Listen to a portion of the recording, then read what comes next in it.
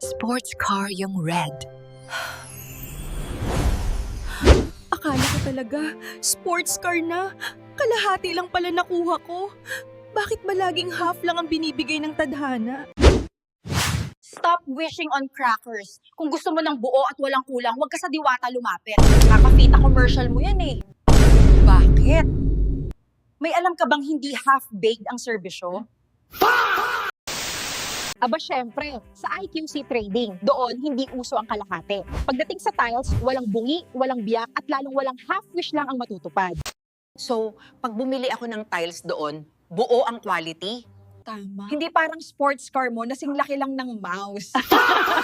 Tara na, iwan na natin tong biskwit na to. Sa IQC Trading, siguradong buo ang flooring. IQC Trading, dahil ang quality hindi dapat hinahati.